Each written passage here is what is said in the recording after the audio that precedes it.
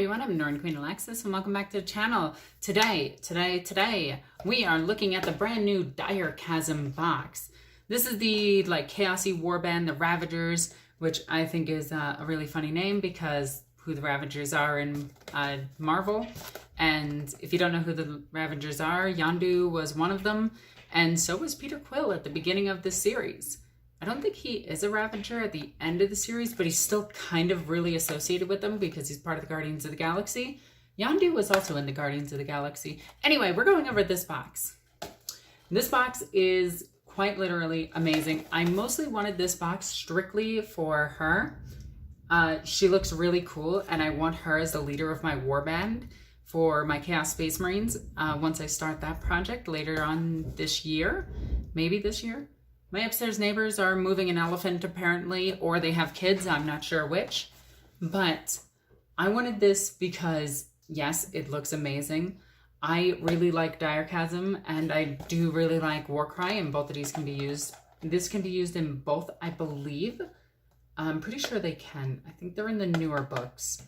But there's a lot of cool stuff in this box, and I'm really excited to get into it. So today we're going to go over each and every single one of the cards as well as the miniatures themselves and see what's actually in this box. So stick around.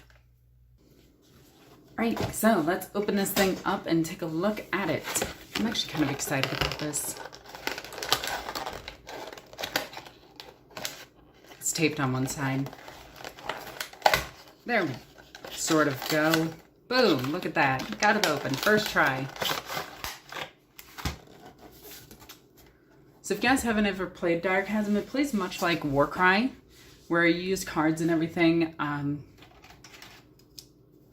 Jeez, look at that miniature. They're so detailed and I love them. And they're quick to put together because they are push-fit models, which in a sense does kind of suck a little bit. I do like customization, but some of the miniatures are more for collecting than anything else. And Direchasm, you don't see it played too often, but what you do see is that it is collected a lot. Okay, so let's take a look at each of the cards in it. That didn't work. That also didn't work. Sweet, I gotta open this. Okay, so we got all the trash out of the way. See, garbage. That goes in the garbage. There we go. And we got quite a few cards in here. Actually came with almost an entire deck, which is good. So let's take a look at what cards we got.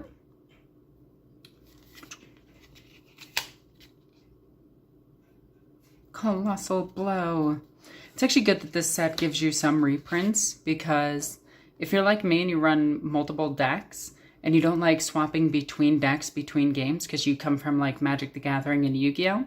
And you hate the idea of swapping cards between decks, it's really good to get some reprints and some new arts, which is always fun to get. So I'm going through these just so you can pause and read them as we go. And the art on these is absolutely incredible. I love this artwork, except for this guy who definitely looks like he's just like, yeah. Which makes sense because feign weakness and everything.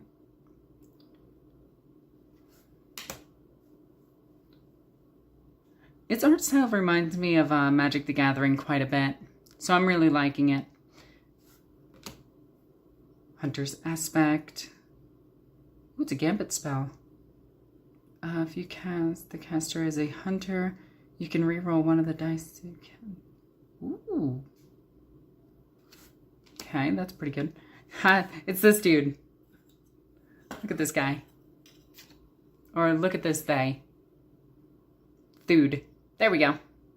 My totally gender neutral word. Dude. I love that guy. He looks so good.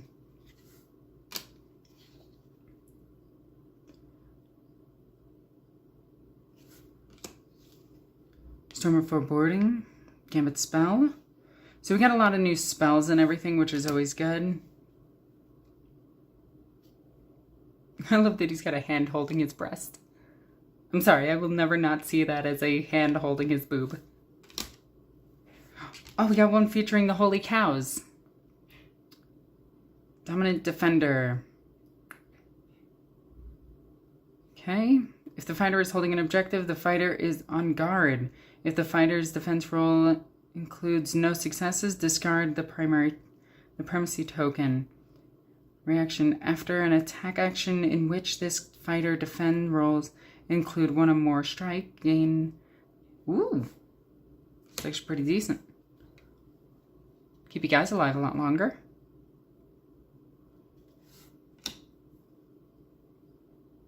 He's definitely using the Infinity Gauntlet.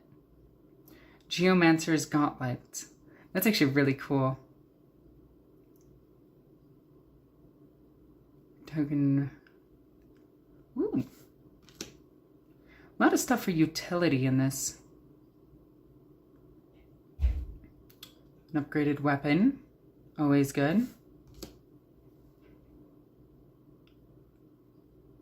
The fighter is a hunter at the end of each action phase. Pick one. Give one hunter counter to each fighter within 2 hexes, or remove 1 hunger counter from each fighter within 2 hexes. Ooh. Rod of the Archmage. I swear Rod of the Archmage is in every single fantasy series ever. Like, it just is. Scavenged armor. It's actually kind of cool. It's all different pieces of armor. Gives a +1 wound. It's really good. Soul Tooth Javelin. That's cool, and it features a Beastman. Terror Shield. Arcane Cleansing. That's another ability that's in like every single fantasy ever. Let's get these all organized. Pitiable Death. I just love the artwork on all of these. They look so good. Starvation. Oh, that's terrible for Slaaneshi cultists. Actually, is that terrible? That might be a good punishment for them. The Hunt Advances. A lot of Seraphim are featured in these cards, which is really nice. Turntables. Unassailable. Underdog. And the last one. All right. So you get quite a few cards in here, just crazy amount of cards, and I love that. So apparently this contains 32 Ravagers and 30 universal cards. So these are the 30 universal cards. These can be used with anybody, so it's actually good to have doubles of these, so you can play them in your deck and everything. And if you run multiple decks, it's always good to have them. In fact, you can actually see all of my other cards over here. And these are all universal as well. I'm still in the process of making a deck. And then I have the ones exclusive for the Slaaneshi cultists, because I have them. And then I have the ones exclusive to the Holy Cows, because I have them as well. Honestly, at this point, I forget what their name is. I've just been calling them Holy Cows this is like entire time. It's ridiculous. So we got our 4 heroes. Here's our 1 token. The Declaration token.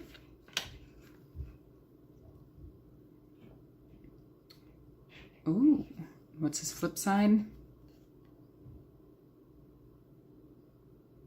He's pretty decent.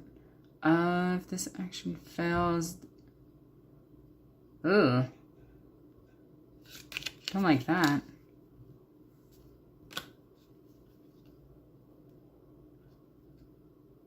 God blessed. He sneezes a lot. Okay. So let's see his other side. Despoil. If this fighter holds an objective at the end of each action phase, desecrate that objective. Ooh.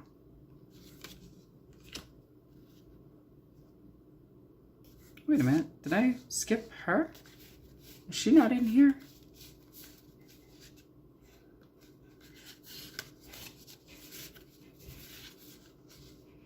Oh, I guess this is her. Huh. I guess it's still... Oops. I got this. I got this. I'm totally good at this. So there we go. Take a good chunk of damage too. They're more tanky than the Slaanesh ones, which the Slaanesh ones, for instance, have only 2. Like, but they're fast and nimble. These ones are not. And the last one.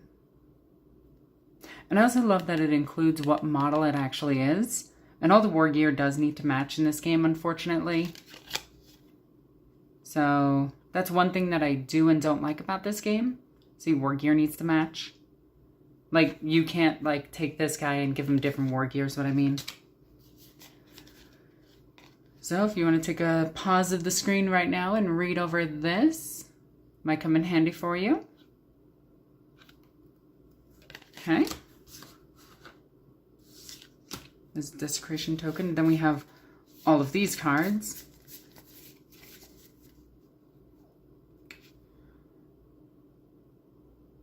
Ooh, love the artwork of her.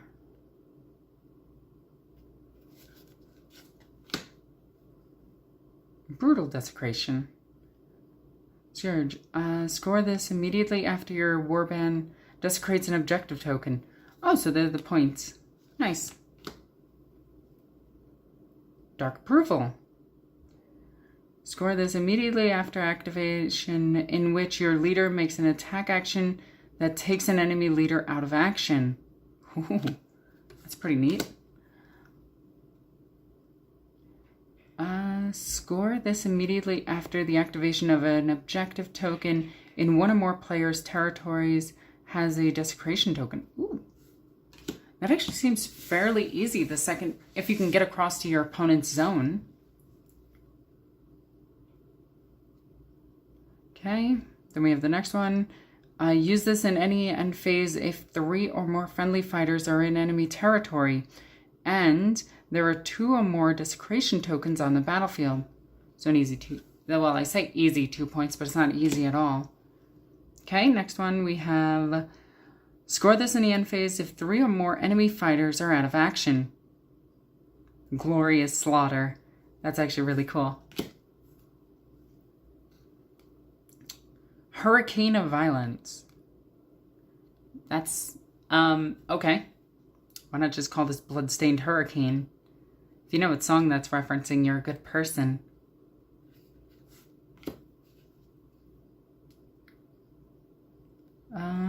Score this immediately after playing your 3rd or subsequent power card in a single power step.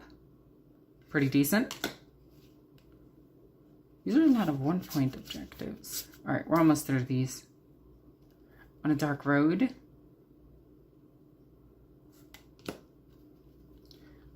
Powers of Chaos.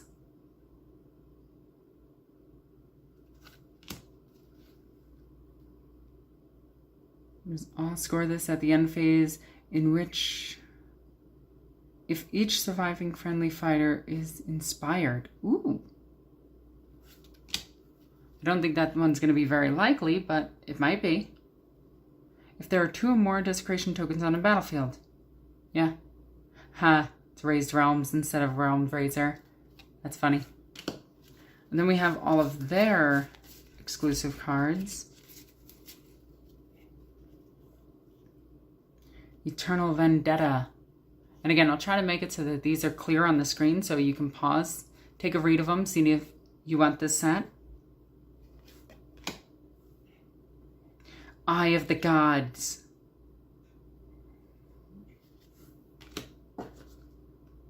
Flame of Spite, or Flames of Spite.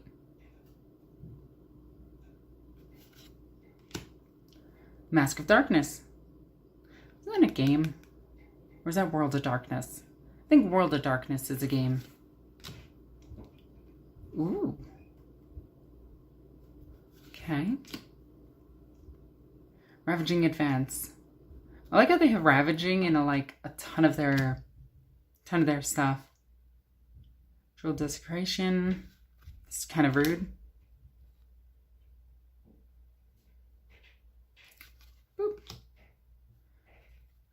Whispers of Chaos, and it's making a Slaaneshi cultist go crazy, or a Hedonite of Slaanesh go crazy. I don't know how I feel about that one. I guess if a Chaos cultist that's worshipping one god hears all the gods at once, it might mess them up. Rick Galand. Blasphemous. I'm sorry, I got distracted by his freaking, this looks like the robot, the destroyer from, Thor, from the first Thor movie.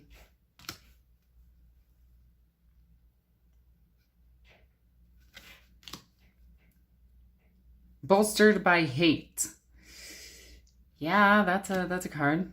Conqueror's Cloak. Conqueror's Bad Fur Day. Actually, it's Conqueror's Bad Fur Day. What a good game. Desecration Gauntlets. He's got his Conqueror's Cloak on, his Desecration Gauntlets. He's bolstered by Hate. You know, these guys just seem like friendly people. Gifted Sorcerer. He looks so, like, sad right there. His axe is on the ground. Hellfire Sword. Flame leaps from the blazing broadsword to emulate its wielder's chosen victim. To immolate. That's actually really cool. Oh, and it's only for her. So there are restrictions per card. And then the last card. Oh, this doesn't seem to fit at all with their theme. So that is all the cards we have for this set. And let's get to these miniatures and put them together and everything. Okay, I'm going to put this stuff off to the side. Make my giant pile of exclusive cards. Boop. I said exclusive, I didn't actually mean that. So again, these guys are going to be fairly simple to put together, so I'm not too worried about this. Like, overall, these guys are going to be simple. And that's what I really like in these miniatures, is how quick and easy they are to assemble. I'm probably going to assemble them on my own, since I like to just sit by my computer and build everything. But the miniatures are incredibly detailed. I love these bases. So a simple trick to getting these bases is put cooking oil on it, okay? Take green stuff, put the green stuff over this, create a mold of this, and then just let that set and harden. Put oil in it again and put more green stuff on it, and then put that on top of your base, or just use it as your base. And you can create copies of these tokens with GW's green stuff.